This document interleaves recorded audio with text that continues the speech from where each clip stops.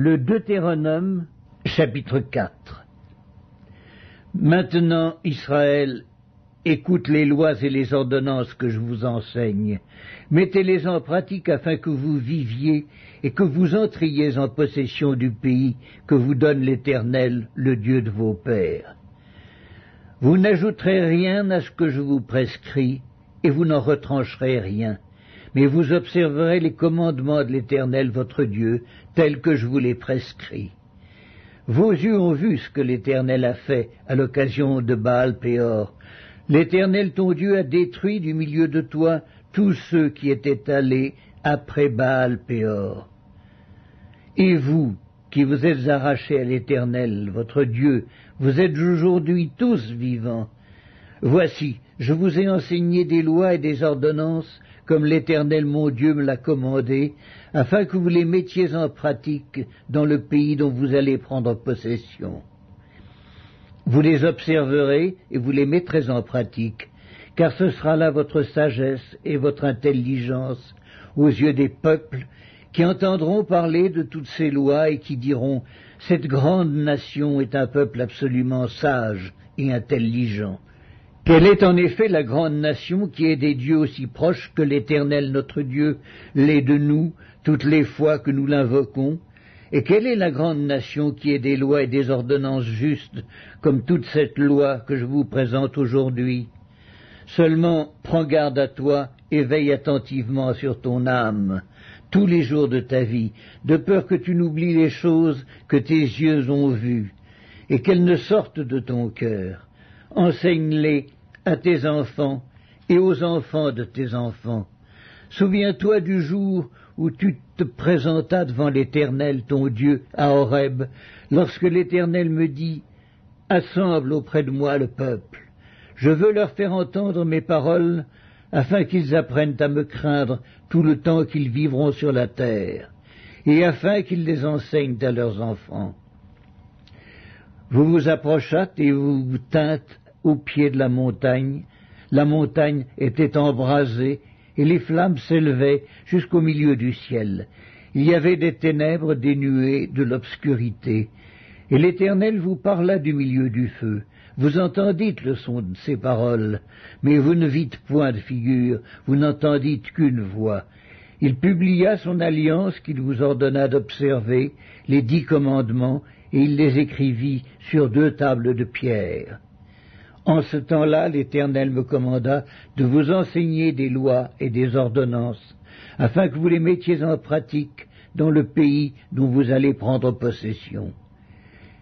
Puisque vous n'avez vu aucune figure le jour où l'Éternel vous parla du milieu du feu, à Horeb, veillez attentivement sur vos âmes, de peur que vous ne vous corrompiez et que vous ne vous fassiez une image taillée, une représentation de quelque idole, la figure d'un homme ou d'une femme, la figure d'un animal qui soit sur la terre, la figure d'un oiseau qui vole dans les cieux, la figure d'une bête qui rampe sur le sol, la figure d'un poisson qui vive dans les eaux, au-dessous de la terre. Veille sur ton âme, de peur que, levant tes yeux vers le ciel et voyant le soleil, la lune et les étoiles, toute l'armée des cieux, tu ne sois entraîné à te prosterner en leur présence et à leur rendre un culte.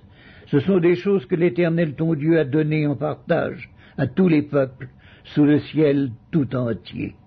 Mais vous, l'Éternel vous a pris et vous a fait sortir de la fournaise de fer de l'Égypte, afin que vous fussiez un peuple qui lui appartint en propre, comme vous l'êtes aujourd'hui.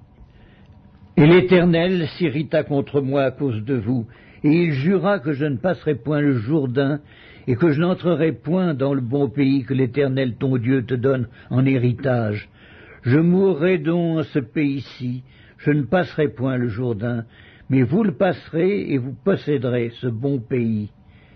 Veillez sur vous, afin de ne point mettre en oubli l'alliance que l'Éternel votre Dieu a traitée avec vous, et de ne point vous faire d'image taillée, de représentation quelconque que l'Éternel ton Dieu t'ait défendue. Car l'Éternel ton Dieu est un feu dévorant, un Dieu jaloux. Lorsque tu auras des enfants, et des enfants de tes enfants, et que vous serez depuis longtemps dans le pays, si vous vous corrompez, si vous faites des images taillées, des représentations de quoi que ce soit, si vous faites ce qui est mal aux yeux de l'Éternel, votre Dieu, pour l'irriter, j'en prends aujourd'hui à témoin contre vous le ciel et la terre. Vous disparaîtrez par une mort rapide du pays dont vous allez prendre possession au-delà du Jourdain. Vous n'y prolongerez pas vos jours, car vous serez entièrement détruits. L'Éternel vous dispersera parmi les peuples, et vous ne resterez qu'un petit nombre au milieu des nations, où l'Éternel vous emmènera. Et là vous servirez des dieux, ouvrage des mains de l'homme, du bois et de la pierre, qui ne peuvent ni voir, ni entendre, ni manger, ni sentir.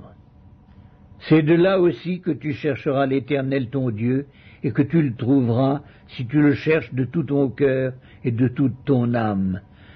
Au sein de ta détresse, toutes ces choses t'arriveront.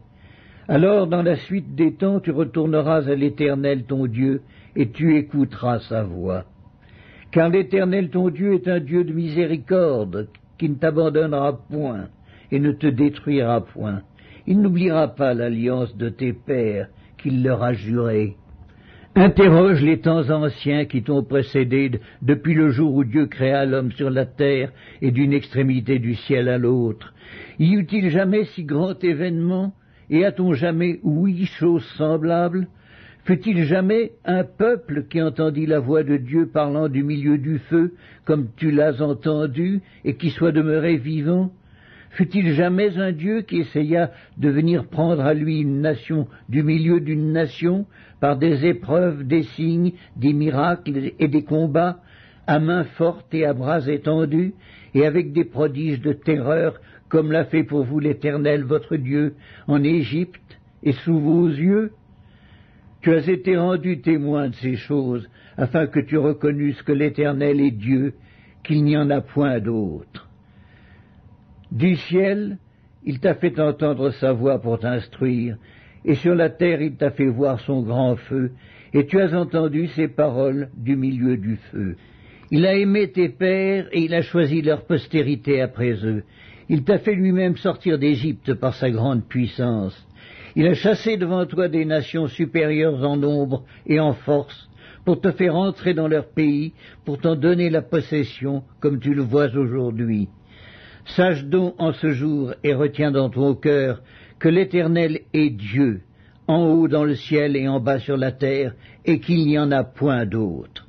Et observe ces lois et ces commandements que je te prescris aujourd'hui, afin que tu sois heureux, toi, tes enfants après toi, et que tu prolonges désormais tes jours dans le pays que l'Éternel ton Dieu te donne.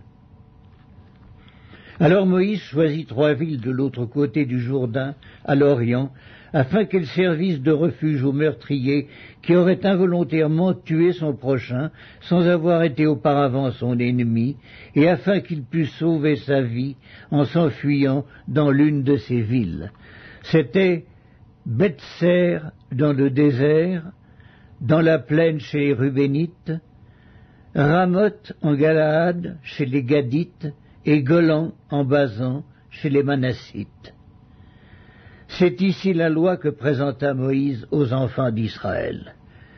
Voici les préceptes, les lois et les ordonnances que Moïse prescrivit aux enfants d'Israël après leur sortie d'Égypte. C'était de l'autre côté du Jourdain, dans la vallée, vis-à-vis de Beth-péor, au pays de Sion, roi des Amoréens, qui habitait à Hesbon, et qui fut battu par Moïse et les enfants d'Israël après leur sortie d'Égypte. Ils s'emparèrent de son pays et de celui d'Og, roi de Basan. Ces 2 rois des Amoréens étaient de l'autre côté du Jourdain, à l'Orient. Leur territoire s'étendait depuis Aroër, sur les bords du torrent de l'Arnon, jusqu'à la montagne de Sion, qui est l'Hermon.